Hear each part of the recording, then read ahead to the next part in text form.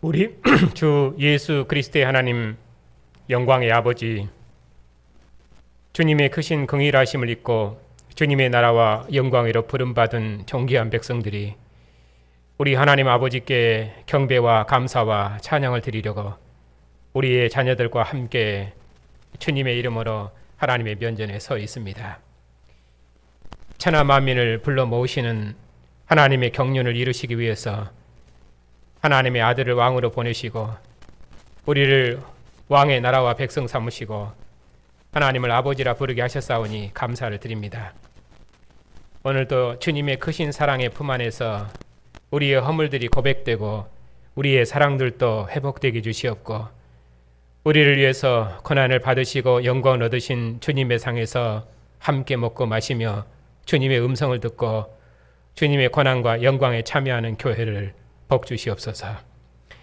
교회의 찬양 중에 거하시는 주님, 하나님 아버지께서 교회를 위해서 행하신 크고 놀라운 구원의 일들을 교회 안에 새롭게 나타내셔서 주님의 영광이 교회 중에서 높이 드러나게 해주시옵고 교회가 주님의 영광을 대면하고 경배할 때 영광에서 영광으로 주님의 영광을 교회 중에 나타내시옵고 교회를 통해서 하나님께서 세세무궁토록 존귀와 찬양과 영광을 받으시옵소서. 우리 주 예수 그리스도의 이름으로 기도하옵나이다. 아멘.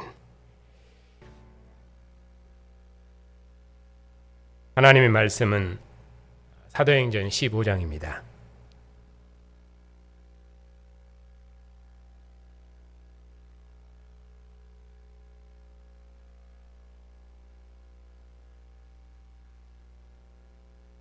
사도행전 15장 36절부터 16장 5절까지입니다.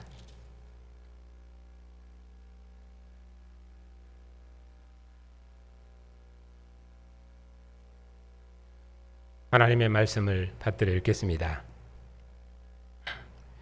며칠 후에 바울이 바나바더러 말하되 우리가 주의 말씀을 전한 각 성으로 다시 가서 형제들이 어떠한가 방문하고자 하고 바나바는 마가라 하는 요한도 데리고 가고자 하나 바울은 밤빌리아에서 자기들을 떠나 함께 일하러 가지 아니한 자를 데리고 가는 것이 옳지 않다 하여 서로 심히 다투어 피차 갈라서니 바나바는 마가를 데리고 배 타고 구브로로 가고 바울은 실라를 택한 후에 형제들에게 주의 은혜의 부탁함을 받고 떠나 수리아와 길리기아로 다니며 교회들을 견고하게 하니라. 바울이 더베와 르스드라에도 이르매 거기 디모데라는 제자가 있으니 그 어머니는 믿는 유대 여자요 아버지는 헬라인이라. 디모데는 루스드라와 이고니온에 있는 형제들에게 칭찬받는 자니 바울이 그를 데리고 떠나고자 할세 그 지역에 있는 유대인으로 말미암아 그를 데려다가 할례를 행하니 이는 그 사람들이 그의 아버지는 헬라인 줄을 다 알미러라. 여러 성으로 다녀갈 때에 예루살렘에 있는 사도와 장로들이 작정한 규례를 그들에게 주어 지키게 하니 이에 여러 교회가 믿음이 더 굳건해지고 수가 날마다 늘어가니라. 아멘.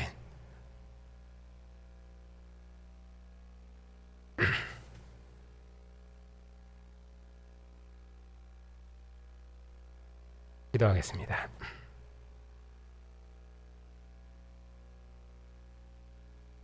땅의 임금들의 머리가 되셔서 만국 중에서 주의 백성들을 부르셔서 나라와 제사장 삼으신 주님,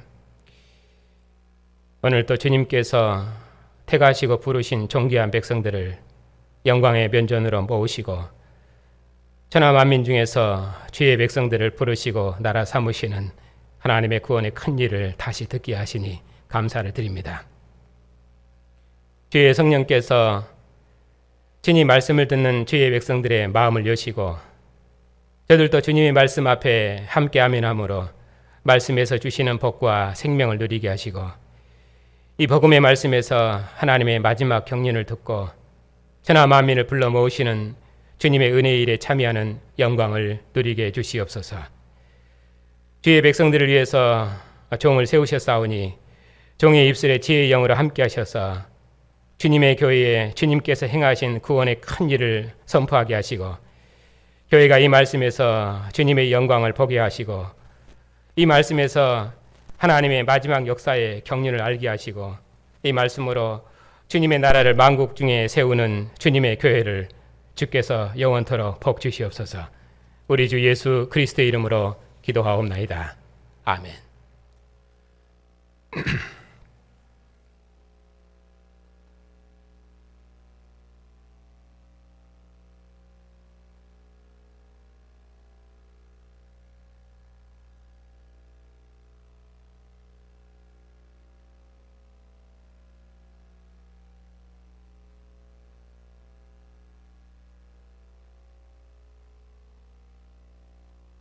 바울 사도께서 바나바에게 우리가 전에 주의 말씀으로 세운 교회를 다시 방문해서 이 복음으로 교회를 굳게 세워야 되지 않겠느냐 하고 제안을 했습니다. 바나바는 선교사에게 그러면은 마가를 데리고 가자고 얘기를 했습니다. 그러나 바울 사도께서는 마가 요한을 데리고 가는 것에 대해서 반대하셨습니다. 왜냐하면 마가 요한은 첫 선교에서 중간에 돌아가 버렸기 때문에 함께 데리고 가는 것이 옳지 않다고 그렇게 말했습니다. 그러면은 마가 요한에 대해서 우리가 조금 알아야 됩니다. 마가 요한은 선교 사역을 끝까지 참여하지 못하고 중간에 떠나버렸는데 아마 마가 요한이 다시 안디옥으로 돌아온 것은 아마도 예루살렘 공회가 결정한 그 복음의 내용을 듣고 그리고 다시 돌아온 것이 아닌가 그렇게 생각이 됩니다. 그리고 마가 요한을 좀 더 알아야 될 것은 마가 요한은 우리가 잘 아는 대로 마태복음, 마가복음, 누가복음, 요한복음 한 것처럼 마가복음을 기록한 저자입니다. 또 예수님께서 최후 만찬을 했을 때 그 최후 만찬의 집이 마가 요한의 집이 아닌가 대부분 교회사에서는 그렇게 얘기를 합니다. 물론 성경에 기록된 것은 아닙니다. 그리고 그의 어머니는 예수님 십자가 밑에 있었던 여러 마리아들 중에 한 사람이 아닌가 그렇게 생각하고 또 오순절에 120명의 성도들이 모여서 함께 기도했던 것도 마가 요한의 집입니다. 우리가 12장에서 보았던 것처럼 예루살렘에 큰 흉년이 들었을 때 안디옥 교회에서 부조금을 보냈는데 그때 그 부조금으로 안디옥 교회와 예루살렘 교회가 하나를 이루었습니다. 그때 예루살렘 교회가 바울과 바나바의 선교를 위해서 보냈던 사람이 누구냐? 마가 요한입니다. 그러니까 마가 요한은 예루살렘 교회에서 아주 중요한 인물입니다. 그런데 그런 그가 첫 선교에 끝까지 참여하지 못하고 도중에 돌아갔습니다. 마가 요한이 이처럼 사도들의 선교 사역에 참여하지 못하고 도중에 돌아가 버린 이유가 무엇인가? 왜냐하면 그 부분에 대해서 오늘 본문도 설명하고 있거든요. 그러면은 그 이유를 우리가 좀 알아야 됩니다. 물론 본문이 직접 말하지 않기 때문에 정확한 이유는 알 수 없지만은 여러 정황이나 앞뒤 문맥의 흐름을 봤을 때는 우리가 충분히 추론할 수 있습니다. 15장을 보면은 15장의 문맥이 이렇습니다. 사도께서 공회가 확증한 복음으로 교회를 하나 되게 하시고 교회를 이 복음으로 가르치셨습니다. 그래서 15장 35절에 보면은 바울과 바나바는 안디옥에서 유하며 수단 다른 사람들과 함께 주의 말씀을 가르치며 전파하니라. 그래서 사도께서는 이 복음을 전파하셔서 교회를 세우셔야 했습니다. 이제 이 일을 위해서 사도께서 이제 2차 선교 사역을 떠나십니다. 사도께서 1차 선교 사역 때 세우셨던 교회를 다시 신방하시기 위해서 그리고 이 복음으로 다시 견고히 세우시기 위해서 2차 선교 여행을 떠나시기를 원하십니다. 사도께서 1차 선교 때 복음의 말씀을 전파하셔서 교회를 세우시고 그리고 세우셨던 교회들 장로들에게 맡기시고 돌아오셨습니다. 그때 교회는 유대인들로부터 많은 박해와 핍박을 받고 있었습니다. 사도께서도 그때 거기서 죽으실 뻔했습니다. 유대인들은 이방인들이 하나님의 교회에 들어오는 것에 대해서 시기가 가득했습니다. 유대인들이 나빠서 그런 것이 아니라 그들이 복음에 대한 이해, 하나님의 역사의 경륜에 대한 이해를 그들이 확실히 하지 못했기 때문에 그런 일이 벌어졌던 것입니다. 그래서 사도께서는 자신이 1차 선교 때 세우셨던 교회들이 아마 대단히 걱정이 되셨을 것입니다. 그래서 유대주의로부터 고난 중에 있는 교회를 복음으로 다시 한번 견고히 세우셔야 되겠다 하는 것이 사도의 마음이셨을 것입니다. 그래서 교회의 믿음을 이 복음으로 굳건히 세우시기 위해서 교회들을 다시 신방해서 방문하기를 원하셨던 것입니다.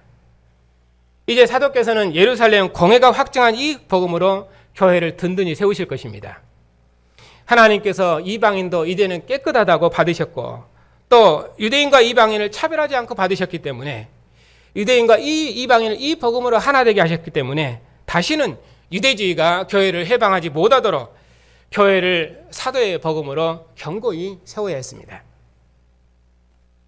유대인의 그 어떤 거짓된 가르침도 미혹을 받지 않는 교회로 교회를 든든히 세우기 위해서 사도께서 2차 선교여행을 떠나십니다.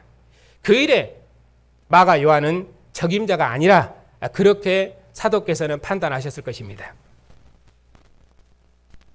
어떤 사람은 마가 요한이 선교 사역이 힘들고 어려워서 그래서 돌아갔을 것이다. 이제 그렇게 해석하는 사람들도 있습니다. 그런데 그렇게 해석하는 것은 안 맞습니다. 왜냐하면 선교 사역이 힘들고 박해가 힘들어서 돌아갔다. 그런 성도는 세상에 없거든요. 그래서 어떻든 마가 요한을 데려가는 일로 바나바 바울께서 크게 다투셨습니다. 이런 다툼은 옳고 그름에 대한 다툼이 아니고 마가 요한을 데리고 가는 것이 선교 사역에 유익할 것인가 아니면 유익하지 않을 것인가 어느 것이 더 유익할 것인가 그런 문제에 대한 판단입니다. 그러니까 이런 것은 상황 판단에 대한 차이지요. 결국 바나바는 마가 요한을 데리고 갔고 그리고 바울 사도께서는 실라를 데리고 가셨습니다. 그리고 안디옥 교회가 후원을 했는데 누구를 후원했냐면은 바나바가 아니라 바울 사도의 팀을 후원했습니다. 15장 40절에 보면은 바울은 실라를 택한 후에 형제들로부터 주의 은혜의 부탁함을 받고 떠났더라 해서 교회로부터 후원을 받고 떠났습니다.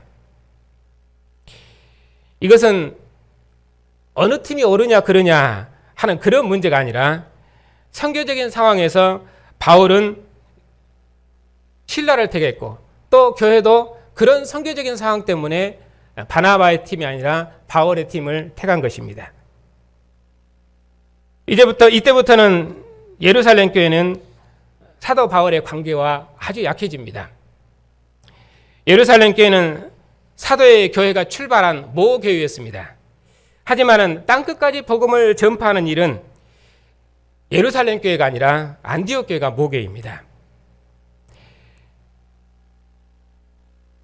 예루살렘 교회는 예루살렘 교회의 역할이 있고 안디옥 교회는 안디옥 교회의 역할이 있습니다. 예루살렘 교회는 예루살렘 교회가 해야 할 일이 있고 또 그들의 강점이 있고 안디옥 교회는 안디옥 교회가 해야 될 강점이 있습니다. 천하 만민을 불러 모으시는 이방인을 불러 모으시는 이 하나님의 마지막 은혜의 경륜은 예루살렘 교회가 할 수 있는 성격이 아닙니다. 왜냐하면 예루살렘 교회의 특징이 유대인들로만 구성된 교회거든요. 그러나 안디옥 교회는 유대인과 이방인이 함께 세워진 교회입니다. 그렇기 때문에 땅끝까지 복음을 전파하는 일은 이처럼 안디옥 교회가 모교의 역할을 했던 것입니다. 유대인과 이방인이 하나 되고 유대인과 이방인이 함께 하나님을 예배하는 교회는 안디옥 교회가 역사의 처음입니다. 더구나 제자들이 그리스도인이라는 이름으로 일컬음을 받게 된 것은 안디옥 교회가 교회사에서 처음이었습니다. 그러니 이처럼 땅끝까지 복음을 전파하는 선교 사역의 중심은 예루살렘 교회가 아니라 안디옥 교회입니다. 그러니 성교의 모교회는 안디옥 교회를 알 수 있습니다.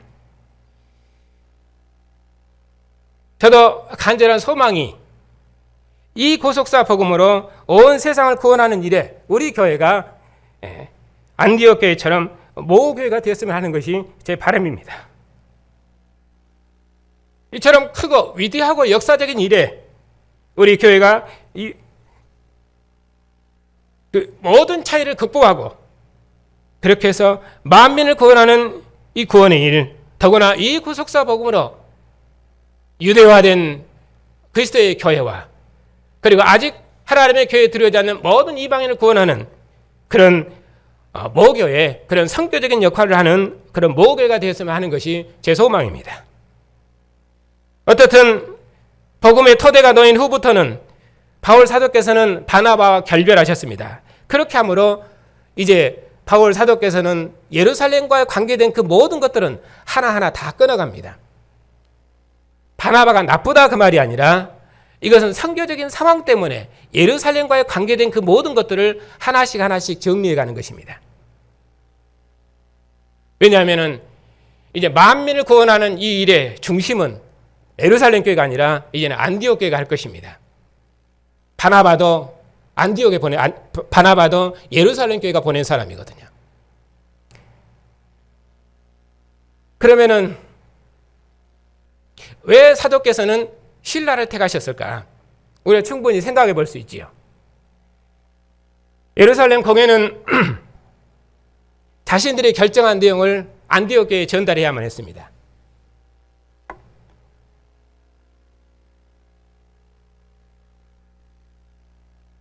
그러니까 공회는 이 내용을 가장 잘 아는 사람을 대표자로 뽑아야 되겠죠. 그리고 이 내용을 가장 잘 이해하고 확실히 이해한 사람을 대표로 보냈을 것입니다. 그래서 공회의 대표들은 공회가 결정한 내용이 무엇인지를 그 누구보다도 잘 알고 있었을 것입니다. 하나님께서 이제는 이방인을 부르시는 새로운 시대를 여셨고 유대인과 이방인을 차별하지 않고 받으신다는 것을 가장 잘 아는 사람을 대표로 보냈을 것입니다. 그 사람들이 누굽니까? 그 대표들이 유다와 실라입니다. 그 대표들이 안디옥에 와서 공회가 결정한 내용을 전달했을 뿐만 아니라 그것을 교회 앞에서 공포했습니다. 그리고 형제들의 문안을 받고 다시 예루살렘으로 돌아갔는데 그때 둘 다 돌아갔는지 아니면은 실라는 남고 유다만 돌아갔는지 아니면은 둘 다 돌아갔다가 실라가 나중에 다시 내려왔는지 그것은 잘 알 수 없습니다. 그러나 결론은 복음의 내용을 가장 잘 아는 실라를 사도 바울께서 자신의 선교 사역에 참여시켰습니다. 그러니 사도께서 공회가 대표로 파송한 실라보다 더 적합한 인물은 없을 것이라고 그렇게 판단하셨을 것입니다. 바울 사도께서 마가 요한보다는 실라가 이방 선교에 더 적합하다 이렇게 판단했을 거라 그 말입니다. 지금 제가 마가 요한이 믿음이 없다고 정죄하는 것이 아닙니다. 우리는 생각하기를 한쪽을 강조하면은 그러면은 꼭 한쪽이 정죄된다고 생각을 해요. 그런 것이 아니라 이방 선교에 어느 쪽이 더 유익한가 지금 그쪽을 말하고자 하는 것입니다. 마가 요한은 어머니와 함께 예루살렘 교회에서 기둥 같은 일꾼으로 아주 탁월한 성도였습니다. 안디옥 교회 부조를 가지고 안디옥 교회 부조를 받고 예루살렘 교회가 화답하는 의미로 누구를 보냈습니까? 마가 요한을 보냈습니다. 그러면은 마가 요한이 예루살렘 교회에서 가지고 있는 입지는 우리가 충분히 짐작할 수 있지요. 마가 요한은 예루살렘 교회에서 기둥 같은 인물입니다. 하지만 사도께서는 이방인을 구원하시는 이 선교사에게는 마가 요한이 합당하지 않은 것으로 판단한 것입니다. 이방인이 하나님의 교회에 들어오는 것을 아무 조건 없이 받아들이는데 마가 요한은 아마도 율법주의적인 의식이 좀 남아 있었을 것이에요. 아마도 그것을 완전히 벗지는 못하셨을 겁니다. 유대인들이 율법주의로부터 완전히 벗어난다는 것이 얼마나 어려운지는 우리는 베드로의 외식에서 충분히 볼 수 있습니다.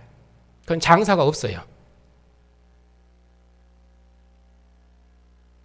유대인들에게 있어서 율법주의라는 것은 그것은 그들 뿌리 깊이 박혀있는 그런 의식이에요. 그것이 나쁘다 그 말이 아닙니다. 왜냐하면 그들은 그 율법의 나라를 맡았거든요. 그래서 그런 겁니다. 그래서 사도께서는 마가 요한을 택하지 않고 실라를 택하셨을 것입니다. 그래서 교회도 바나바의 팀이 아니라 바울의 팀을 교회가 공적으로 선교사로 파송을 했습니다. 어떻든 바나바는 이후로 사도행전 역사에서 기록이 없습니다.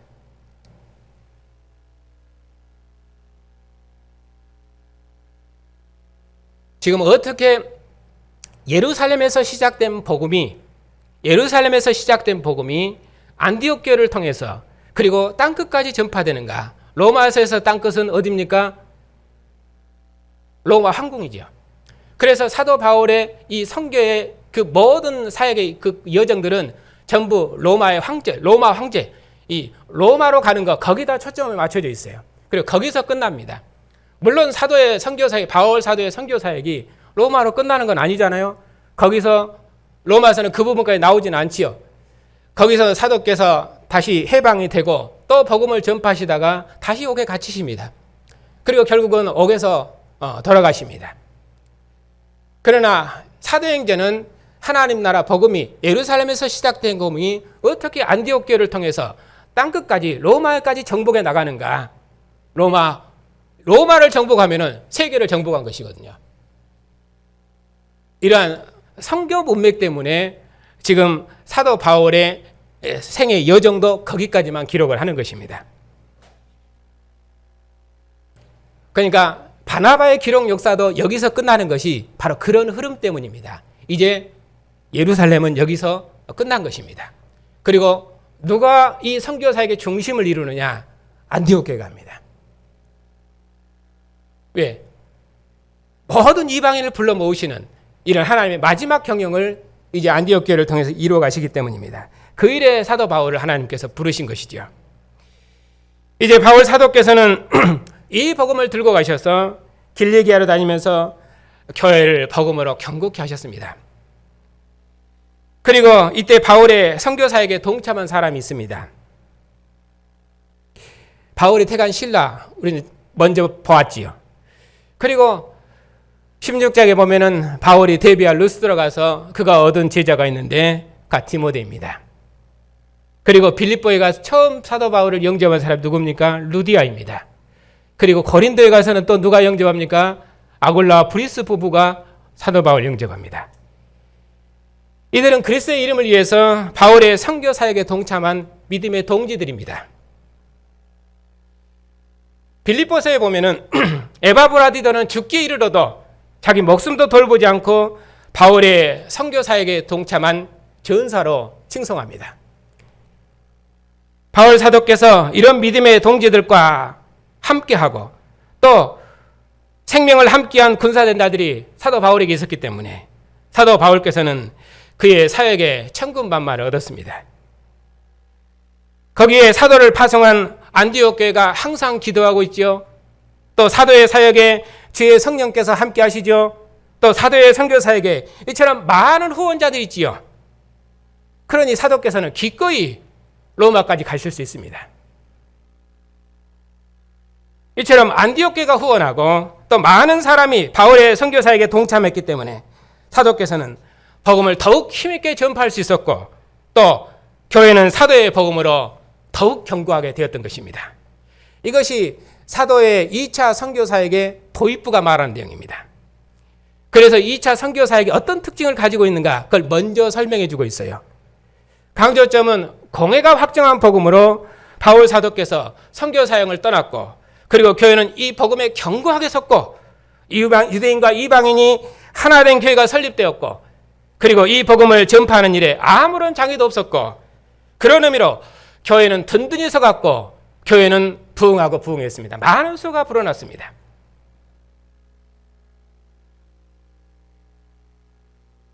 그러니까 사도의 선교 2차 선교 사역의 이 강조점은 복음으로 교회를 든든히 세웠다. 왜냐하면 그 일을 위해서 사도께서 2차 선교 사역을 떠나시거든요. 복음으로 교회를 든든히 세웠다. 그 복음의 내용이 무엇이었습니까? 15장에서 말한 공의가 확정한 내용입니다. 그걸 가지고 사도께서는 나가시죠. 그 양만 알고 있는 사람들에게 사도께서 성경으로 예수께서는 그리스도이시다. 하나님께서 역사의 주인이시오. 생명의 하나님이시다. 이렇게 성경을 들어서 하나님께서 누구신가를 증거하고 이분을 믿고 구원을 받으라고 변론하고 설득하고 하는 과정들이 이제 계속됩니다. 사도행전 초기에는 그렇게 안 했죠. 사도께서 여러 표적과 기사를 통해서 하나님께서 우리와 함께 하신다. 죽은 자 가운데서 부활하신 그리스도께서 하나님의 아들이시다. 너희들이 십자가에 못 박아 죽인 예수를 하나님 죽은 자가 살리셔서 너희의 주와 그리스도 삼으셨지 않느냐. 그런 이분을 믿어라. 그렇게 얘기했죠. 우리가 그분을 확실히 보았다. 40일 동안 하나님 주님께서 부활한 주님께서 제자들에게 나타나셔서 그가 살아나셨음을 확실히 증거하고 보이셨거든요. 그러니 이걸 확실히 보았다. 그러면서 부활하신 주님을 증거했습니다. 그런데 여기서는 그렇게 증거하는 것이 아니라 성경을 들어서 자세히 가르치시고 설명하시고 유대인의 말을 이기고 변증하심으로 복음을 자세히 가르치심. 이것이 강조점입니다. 그러니까 사도행전 전반부하고 복음을 증거하는 방식이 전혀 달라요.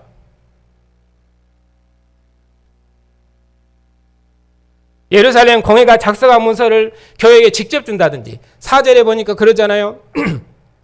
여러 성으로 다녔을 때에 예루살렘에 있는 사도와 장로들이 작정한 규례를 그들에게 주어 지키게 하니 이렇게 예루살렘 공회가 확정한 문서를 직접 주면서 이것이 복음이다 하고 가르친다든지 아니면은 1년 6개월 동안 고린도 교회를 가르쳤다든지 또 회당에서 성경을 가지고 강론하고 또 법정에서는 변증하고 이런 것이 사도 바울의 2차 선교의 특징입니다.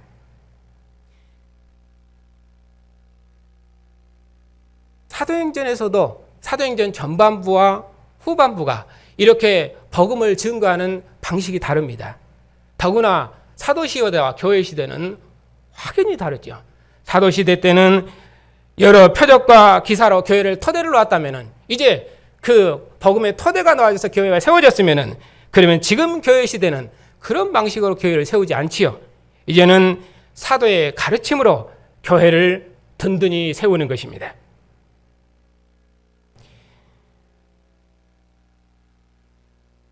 사도행전 12장 전반부와 후반부가 이렇게 다른 것처럼 그것만 다른 것이 아니라 또 사도의 1차 선교와 2차 선교도 많은 차이점들이 있습니다. 1차 선교는 사도께서 유대주의로부터 그 유대주의를 극복하고 이겨내요. 유대주의를 극복하고 이겨내서 그리스도의 교회를 세웁니다. 그리고 이 복음으로 교회를 가르치고 다스리라고 장로들을 세우십니다.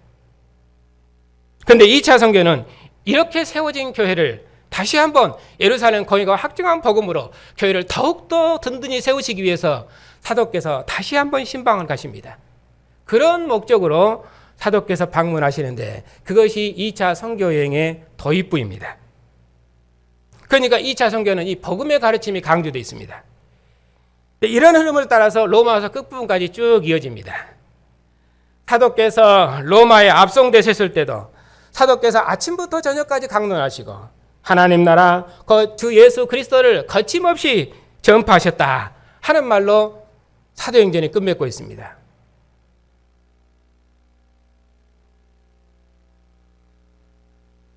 사랑하는 성도 여러분, 하나님께서 예수님을 죽은 자 가운데 살리셔서 땅의 임금들의 머리가 되게 하셔서 또 만주의 주가 되게 하셨습니다.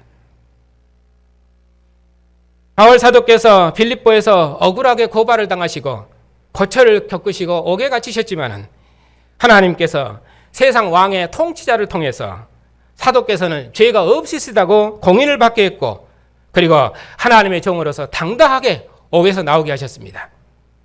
만일에 사도께서 석방되지 않으셨다면은 바울 사도를 청해서 유숙했던 루디아는 죽었을 것입니다. 그런데 사도들이 당당하게 옥에서 나와서 루디아의 집에 들어가셔서 거기 평안히 머무르셨고 거기서 형제들을 만나보고 위로하고 가셨습니다. 복음의 승리죠. 교회는 이 일 때문에 더욱 든든해졌습니다.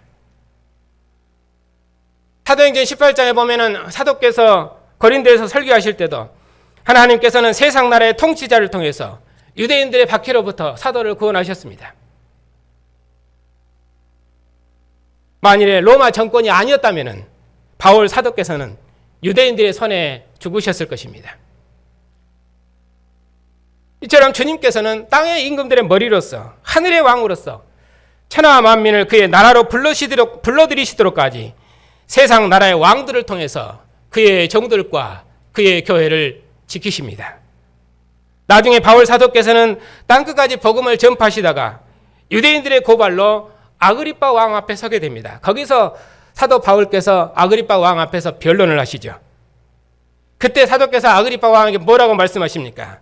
내가 이렇게 쇠사슬에 매인 거 빼놓고는 당신도 나와 같이 되기를 원한다.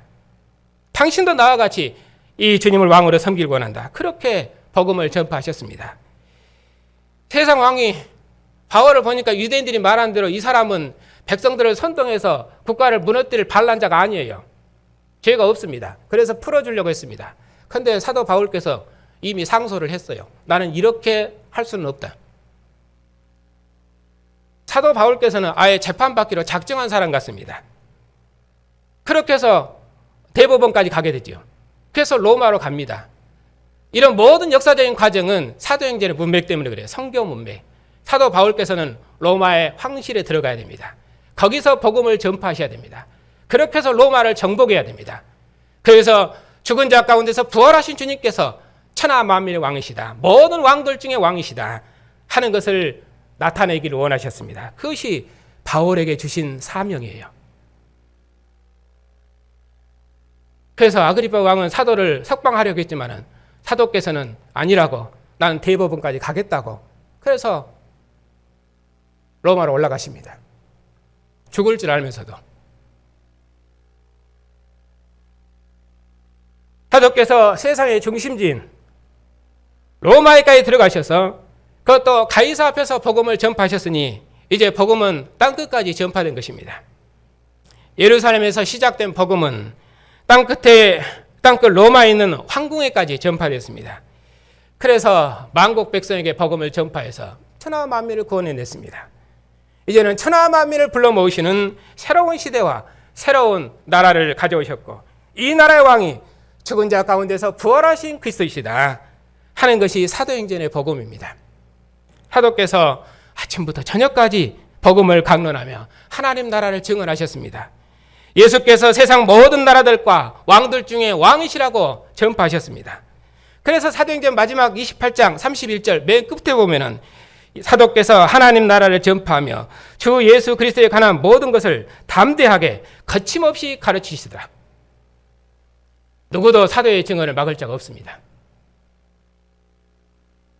사도의 증언을 통해서 복음이 땅끝까지 전파되어서 우리 이방인이 있던 우리들도 예수님을 하나님 나라의 왕으로 복종하게 되었습니다. 이것이 사도행전의 역사입니다.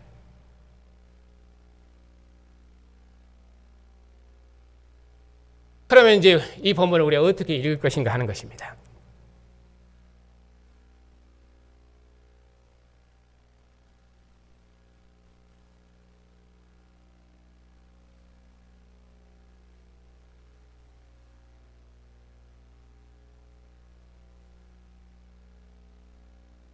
제가 좀 숨이 좀 가빠서요. 심장도 좀 두근거리고 그래서 마스크를 좀 벗겠습니다.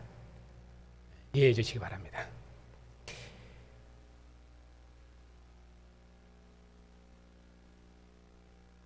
사도행전을 성령행전이라고 이렇게 부릅니다. 성령께서 사도들과 함께 하시며 사도의 증언을 통해서 땅끝까지 복음을 전파하게 하셔서 만국 백성을 불러 모으시기 때문입니다. 성령께서 바나와 바울을 부르셔서 이방인에게 복음을 전하게 하시고 그리고 바울을 직접 인도하셔서 로마에 있는 황제 앞에서 복음을 전파하셨기 때문에 이제 복음은 땅끝까지 전파된 것입니다. 그리고 하나님을 알지 못했던 우리에게도 복음이 전파되어서 우리를 이 복음으로 돌이키셔서 우리를 주님의 나라 백성 삼으시고 그리고 주님을 왕으로 복종하며 주님의 나라 영광을 위해서 충성하는 백성 삼으셨습니다. 그리고 이 복음으로 주님의 교회를 땅끝까지 세우는 일에 우리의 모든 생명을 다 드릴 수 있도록 우리를 주님의 나라 백성 삼으셨습니다. 고난을 받으시고 죽은 자 가운데서 다시 살아나신 주님만 온 세상의 왕이시며 만민에게 생명과 호흡을 주시는 생명의 하나님이십니다. 우리로 힘입어 기동하며 존재하게 하시는 분도 죽은 자 가운데서 부활하신 그리스도의 하나님이십니다. 쇠사슬에 매어 이방왕의 권세 앞에 있는 사도를 구원하신 분은 죽은 자 가운데서 부활하신 그리스도이십니다. 교회는 바로 이 왕의 복음을 전파하는 부활하신 주님의 증인입니다. 주의 성령께서 교회가 전파한 복음으로 만민 중에 택하신 자기 백성을 이제 불러 모으실 것입니다. 옥의 권세로부터 자기 종을 구원하신 성령께서 이방왕의 선한 통치자의 손을 빌려서 유대주의로부터 자기 종들을 구원하셨습니다. 구약의 하나님 나라는 세상 나라와 전투하는 나라였습니다. 그러나 이스라엘 백성이 바벨론 포로된 후로는 하나님께서 세상 왕을 자기 종으로 삼으셔서 자기 백성을 세상 나라 왕의 손에 맡기시고 그 왕의 손을 통해서 자기 백성을 보호하셨습니다. 그러므로 세상 나라의 왕들은 남은 자들과 남은 자들의 하나님을 대적해서는 안 됩니다. 왜냐하면 그들에게 통치권을 주신 분은 남은 자들의 하나님이시며 교회의 왕이신 주님뿐이십니다. 이제 하나님께서 남은 자들의 소망을 따라서 다윗의 후손왕으로 아들을 보내셔서 천국을 설립하셨습니다. 제자들이 예수께서 예루살렘에 올라가시면 세상 나라를 멸하고 당장 천국에 임할 줄 알았습니다. 그러나 예수께서는 만국 백성을 불러 모으시기까지 주님의 나라 백성들을 세상 통치자의 권세 아래 맡기시고 이 땅이 아니라 하늘 보좌에서 통치하셨습니다. 예수님의 동생인 야고보도 왜 예수님 예루살렘에 올라가지 않으십니까? 하고 독촉했습니다. 왜? 예수님께서 예루살렘에 올라가셔서 로마를 정복하고 다윗의 나라를 복원하는 다윗의 후손 왕인 줄 알았거든요. 그렇게 나라를 세울 줄 알았습니다.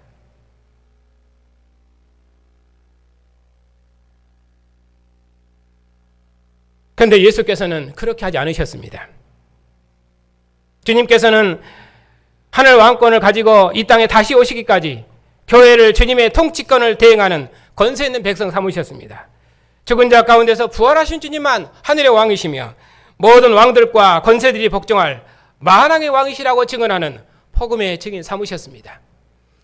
모든 민족과 백성들을 불러 모으셔서 자기 백성 삼으시기를 기뻐하시는 하나님의 무궁한 자비하심 때문에 아직도 이방인의 때는 계속됩니다. 이것이 이방인의 때를 살고 있는 그리스도의 교회가 전파할 복음입니다. 하나님께서 우리 주 예수를 죽은 자 가운데 살리심으로 예수께서 하나님의 아들이심을 확증하셨습니다. 죽기까지 충성하신 그리스도께 상급으로 하늘 보좌의 영광을 주심으로 오직 부활하신 주님만 세상 나라와 권세자들의 왕이시며 통치자임을 확증하셨습니다. 사도들의 사역의 권능으로 함께 하심으로 사도들이 증언한 주님만 천하 만민이 믿고 경배할 만왕의 왕이심을 확증하셨습니다. 이제 주님의 나라 백성들의 증언을 통해서 그리고 교회의 증언을 통해서 예수께서 온 세상 나라의 왕이심이 전파될 것입니다. 그리고 예수의 왕되심이 세상 나라와 세상 나라의 권세자들에게 전파되고 만국 백성에게 전파될 것입니다. 그리고 교회의 증언을 통해서 천하 만민이 우리의 왕께 복종하며 왕의 통치를 받는 왕의 나라를 왕의 나라를 이루실 것입니다. 교회는 어느 경우에 있든지 이 복음을 가르쳐서 만국 백성을 불러내실 것입니다. 사도께서 빌립보에 갇히셨을 때 주 예수 그리스도를 전파해서 간수장과 그의 가족을 구원했던 것처럼 우리는 어느 경우에 있든지 죽은 자 가운데서 부활하신 주님만 우리의 구원자이시며 우리의 왕이시며 우리의 생명의 주님이시라고 증거할 것입니다. 부활하신 주님으로부터 주의 은혜의 부탁함을 받고 만국 중에 복음을 전파하는 주님의 교회에 주의 성령께서 영원토록 함께 하실 것입니다. 죽은 자 가운데서 부활하신 예수님만, 온 세상 나라 왕들 중에 왕의심을 증언하는 교회를 주의 성령께서 견고하게 지키실 것입니다. 부활하신 주님의 복음이 교회의 믿음을 더욱 굳건히 하실 것이며, 그리고 만국 백성을 불러 모으실 것입니다. 하나님께서 우리 주님의 모든 사역에 함께 하셨던 것처럼, 루디아가 사도 바울을 영접했던 것처럼, 빌립보 교회가 바울의 배로움에 함께 참여했던 것처럼, 바울의 선교 사역에 많은 종들이 협력해서 주님의 교회를 든든히 세웠던 것처럼, 천하 만민을 불러 모으시는 주님의 마지막 선교 사역에 주님의 교회가 모든 생명을 다 드리고, 그리고 주님 다시 오시기까지 이 복음의 일에 온 교회가 합심하면 주님의 나라는 만국 중에 세워질 것입니다. 이것이 우리가 바라보고 소망하는 영광의 나라이며 교회사의 남은 자로서 우리 교회가 받은 역사적 소명입니다.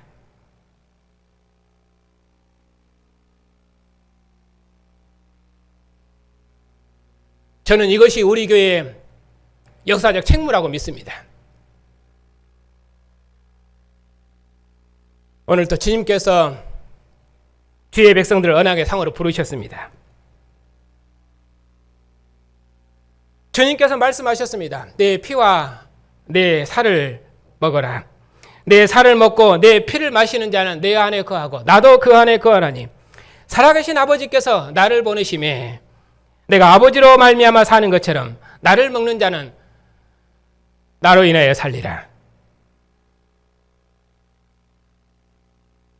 우리 함께 왕의 상에서 왕의 이름과 왕의 나라와 왕의 영광을 위해서 우리 함께 생명의 떡을 먹으십시다.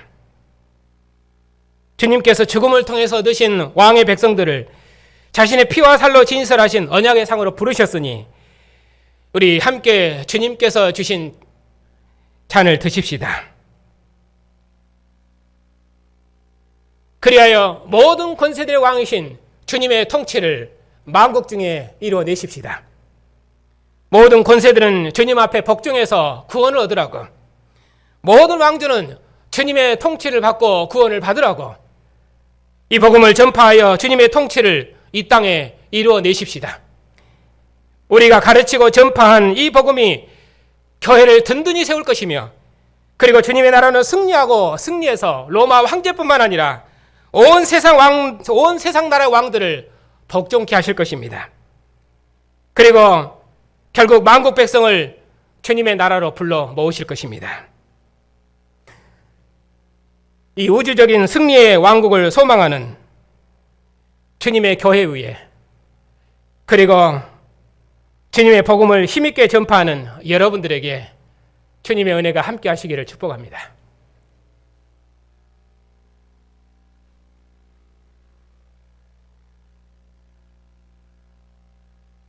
하나님 아버지, 지나간 세대에는 이 민족의 생명의 하나님을 알지 못해서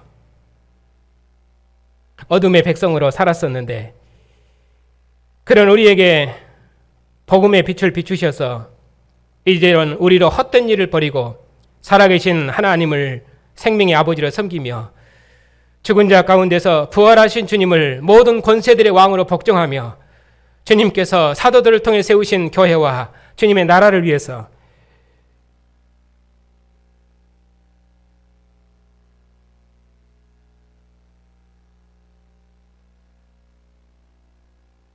그리고 만국 중에 세우신 주님의 교회를 위해서 하나님의 마지막 역사에 참여하는 복을 주셨으니 감사를 드립니다. 오늘도 주님의 피와 한 살로 연합된 믿음의 형제들과 한 생명의 상에서 생명의 친교를 나눌 수 있도록 복 주시니 감사를 드립니다. 이 생명의 상에서 머물러 오신 주님의 사랑을 기억하고 이 사랑으로 형제의 생명을 부양하는 믿음의 공동체를 복 주시고 천하 만민을 불러 모으시는 하나님의 마지막 경영에 생을 다해 참여하는 주의 교회를 복주시옵소서. 주의 백성들의 증언에 주의 성령께서 함께 하셔서 만민이 하나님의 구원의 큰 일을 듣게 하시고 복음의 일에 부탁을 받고 떠난 주님의 종들과 또 종들의 수고에 함께하는 교회를 복주시옵고, 주님의 복음을 들고 주님의 복음을 교회가 함께 듣고 또 온 교회가 이 복음 안에서 믿음으로 견고히 서고 날마다 주의 말씀이 흥황해서 주님의 나라가 만국 중에 세워지는 것을 우리 눈으로 보게 해 주시옵소서. 우리 주 예수 그리스도의 이름으로 기도하옵나이다. 아멘. 만왕의 왕이 되시며 모든 권세들의 주가 되신 주님, 이방 왕의 권세 아래 있었던 우리를 모든 권세들이 무릎 꿇고 복종하는 만왕의 왕이신 주님의 통치에 참여하는 영광스러운 교회로 복주시니 감사를 드립니다. 모든 권세가 무릎 꿇고 복종하는 주님의 통치가 임하고 주님의 이름이 교회를 통해서 세세토록 영광을 받으시는 온전한 주님의 나라가 임하기까지 그리스도의 복음으로 천하 만민을 구원하는 주님의 교회를 복주시옵소서. 우리에게 주신 언약의 자손들도 언약의 부모의 믿음을 따라서 주님의 상에 앉아서 하나님을 예배할 수 있도록 복주셨사오니 저들이 언약의 부모의 가르침을 통해서 하나님의 경륜인 복음을 배워 주님의 마지막 경영에 참여하는 존귀한 자녀들로 축복해 주시옵소서. 자비하신 주님, 아버지를 떠나보내고 슬픔 중에 있는 형도와 주님의 교회를 위로해 주시옵소서. 죽음이 성도의 생명을 빼앗고 부활의 생명을 절용할지라도 죽음에서 아들을 일으키신 생명의 영이 우리 안에 거하시니 생명이 죽음을 삼켜버리는 승리의 날을 소망하며 이 모든 고난을 넉넉히 이기는 믿음으로 주님의 형제와 주님의 교회를 위로해 주시옵소서. 참으로 원하옵기는 우리의 아버지가 되신 주님께서 주의 백성들의 약함을 잘 아시오니 저들의 선한 간구를 들으시고 응답하셔서 주의 백성들에게 베푸신 긍휼로 저들이 하나님께 위로와 평안을 얻게 하시고 교회도 이 일로 함께 위로받고 감사할 수 있도록 무궁한 긍휼을 베풀어 주시옵소서. 이 나라와 통치자들을 기억하여 주시옵소서. 세상의 위정자들이 하늘의 통치자를 두려워하는 왕들이 되게 하시고 그리스도의 교회와 그의 백성들을 보호하는 지혜로운 왕들이 되게 하시고 오직 공의로운 도로 백성을 통치하는 주님의 종들이 다 되게 해 주시옵소서. 이 민족의 긍휼을 더하셔서 주님의 교회가 평안한 중에 주의 상에 앉을 수 있도록 복 주시옵소서. 저희 교단을 기억하여 주시옵소서. 우리에게 교회사에 없는 진리를 주셨사오니 이 진리만 유대주의가 된 교회와 하나님을 모르는 세상을 구원할 줄 믿사오니 저희 너희에게 주신 직무를 신실히 감당할 수 있도록 진리의 말씀을 날마다 풍성히 허락하여 주시옵소서. 사역자들과 선교사님들의 건강을 지켜주시옵고 특별히 이정은 한율리 선교사님의 사역에도 주께서 함께 하셔서 저들을 통해서 시작하신 일을 끝까지 이루시옵소서. 만민을 불러 모으시는 선교사역에 우리도 함께 참여하여 주님의 뜻을 이루는 교회의 수고를 복주시옵소서. 가정에서 예배하는 성도들에게도 복을 주셔서 주님의 상에 앉기를 간절히 소망하는 저들의 선한 간구를 들으시고 응답하셔서 저들도 함께 이 생명의 상에 참여하는 은혜를 누릴 수 있도록 복 주시옵소서. 한 주간도 주님의 백성들을 보살펴 주시옵고 주님의 교회에 평안을 주시옵고 악한 자로부터 주님의 교회를 지켜 주시옵소서. 우리 주 예수 그리스도의 이름으로 기도하옵나이다. 아멘.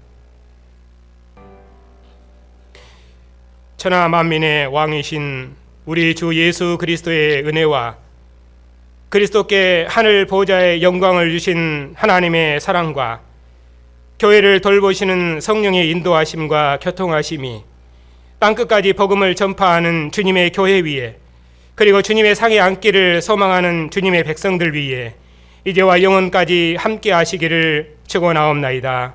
아멘.